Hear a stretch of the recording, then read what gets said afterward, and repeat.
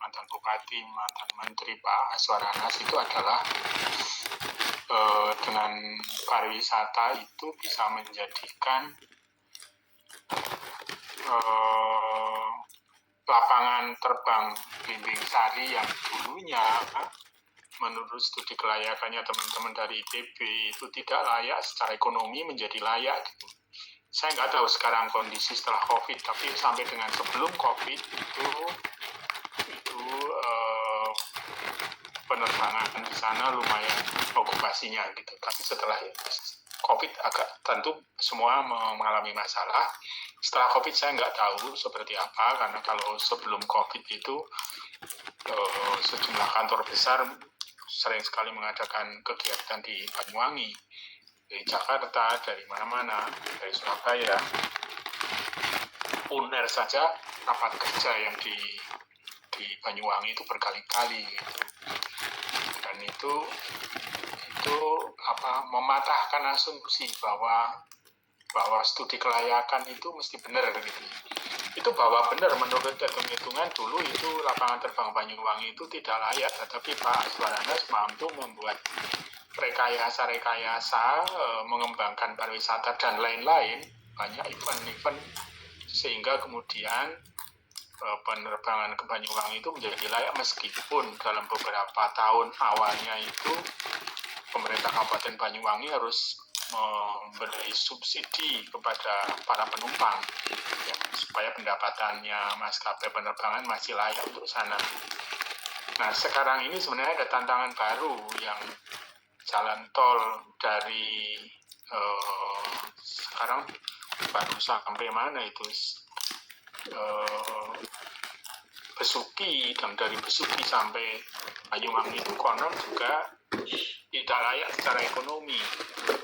Pak Aswaranas mencoba meyakinkan bahwa itu bisa dengan logika yang sama tadi, tapi nampaknya belum semua pihak teryakinkan itu dengan baik, karena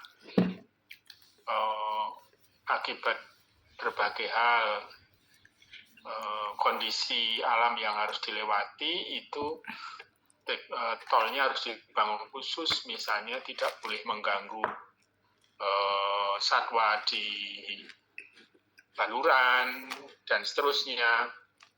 Marinir juga tidak mau terganggu dengan tempat latihan mereka di Karangtekok dan seterusnya. Itu menjadikan tolnya konstruksinya harus berbiaya lebih dari yang biasanya. Nah, itu tidak tahu, ini kan lamban perkembangan tol yang dari Besuki ke Banyuwangi sampai ke Ketapang paling tidak. Meskipun saya dengar dari Kepala Bapeda kapan hari itu kalau nanti sudah sampai Ketapang ada beberapa rencana di tingkat lokal untuk sambungan-sambungan yang lain, jalur selatan dan seterusnya. Nah, itu misalnya. Kemudian kalau tentang yang desa-desa tadi, potensinya memang sangat besar sekali. Banyuwangi itu sangat beragam, luas sekali. Jadi yang berbasis hutan ada, yang berbasis gunung ada, yang berbasis pantai ada, banyak macam-macam sekali. Meskipun ya tentu perlu fokus, perlu penanganan yang spesifik, perlu ada fasilitator pemberdaya begitu ya, yang fokus di situ. Perlu ada pejabat-pejabat Pemda yang mengerti betul bagaimana mendekati masyarakat yang beragam itu tadi. Banyuwangi sendiri kan sebenarnya tidak satu etnis gitu ya, ada macam-macam di situ. Ada Osing, ada Jawa, ada Madura, ada macam-macam. Karena yang komunitas masyarakatnya macam-macam dan cara berpikirnya juga beda-beda. Tapi yang jelas wilayahnya sangat luas, komunitasnya beda-beda, dan cara pendekatannya juga perlu beragam. Jadi tidak bisa kalau kemudian satu strategi diterapkan untuk seluruh wilayah pedesaan yang kulturnya beda-beda. Di daerah Alas Purwo dengan di daerah Taman Sari, di daerah mana itu, yang di daerah sisi barat-barat yang daerah sekitar perkebunan-perkebunan lama, lereng-lerengnya Gunung Raung, tentu itu beda-beda semua gitu. Saya nggak tahu ini tadi yang apakah sudah meliputi semuanya ya tempat wisata-wisata itu. Misalnya yang berbasis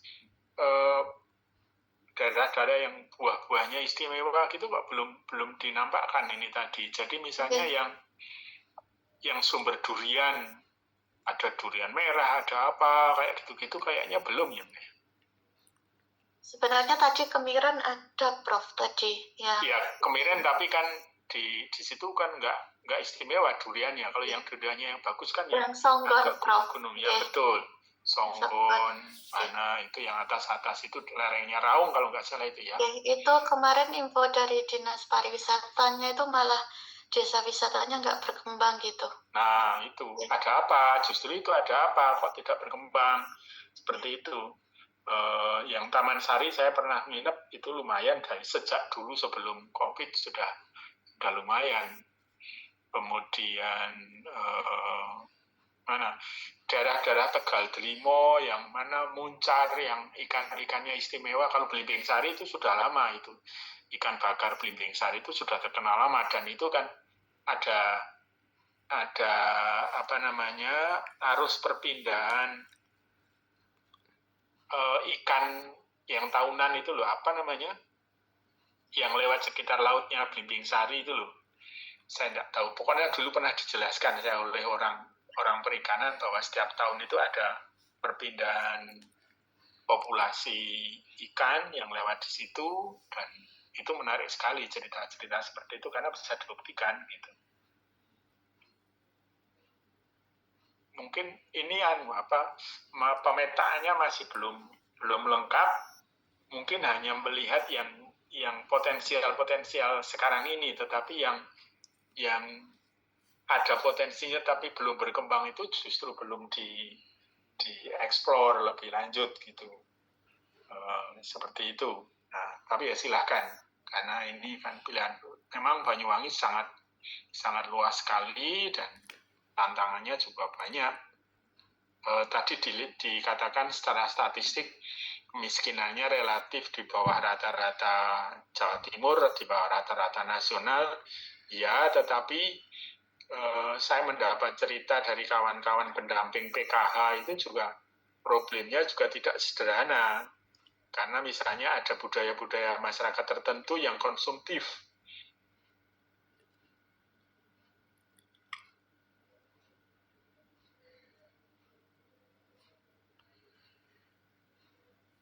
Ada mall festival merek terkenal ya, beli bajunya sampai di Surabaya, sampai Jakarta, seperti itu. Kultur masyarakatnya yang kayak gitu itu juga sebenarnya mempengaruhi perekonomiannya. Ada keluarga-keluarga yang memprioritaskan untuk tampil glamor seperti itu, sementara kebutuhan primernya sebenarnya belum tercukupi. Kebutuhan sandang, papan, kemudian pendidikan untuk anak-anaknya belum tercukupi, tetapi kebutuhan untuk tampil glamor itu diprioritaskan gitu. Nah, kultur-kultur yang seperti itu sebenarnya juga menjadi penghambat dalam urusan tadi kalau mau dikaitkan wisata itu sebagai lokomotif untuk pengentasan kemiskinan. Nah, bagaimana edukasi untuk menumbuhkan kesadaran, rasionalitas, membedakan antara want dan needs di masyarakat, nah kayak gitu-gitu itu juga tantangan tersendiri. Karena lebih banyak sekarang ini membelanjakan ke want, bukan ke needs. Seperti itu.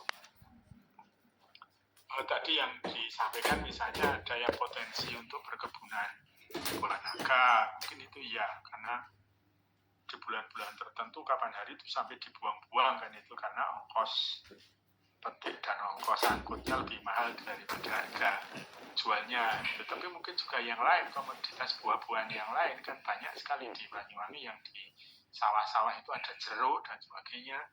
Di samping yang di gunung-gunung ada durian, ada manggis dan seterusnya.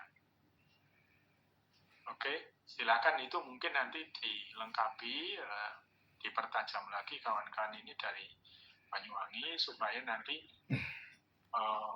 bukan pariwisata untuk pariwisata, tapi pariwisata untuk yang lebih besar lagi, untuk supaya berdampak ke satu, pengentasan kemiskinan, yang kedua meningkatkan IPM, dan seterusnya dan seterusnya. Karena itu ada kaitannya dengan yang lain. Pariwisatanya adalah lokomotifnya, itu pariwisata, tetapi gerbongnya itu bisa banyak dampaknya ke yang lain, yang indikator-indikator utama untuk pembangunan Kabupaten Banyuwangi. Itu dari saya. Silahkan kalau ada yang mau merespon atau menambahkan atau punya data yang berbeda, silahkan.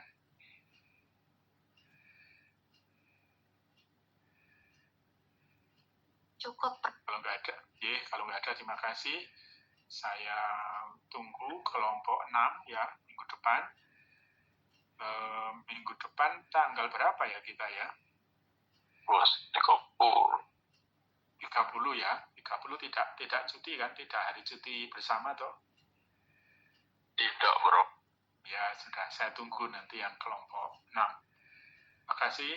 Assalamualaikum warahmatullahi wabarakatuh. Waalaikumsalam. Terima kasih, bro. Waalaikumsalam warahmatullahi wabarakatuh. Terima kasih, bro. Sama-sama.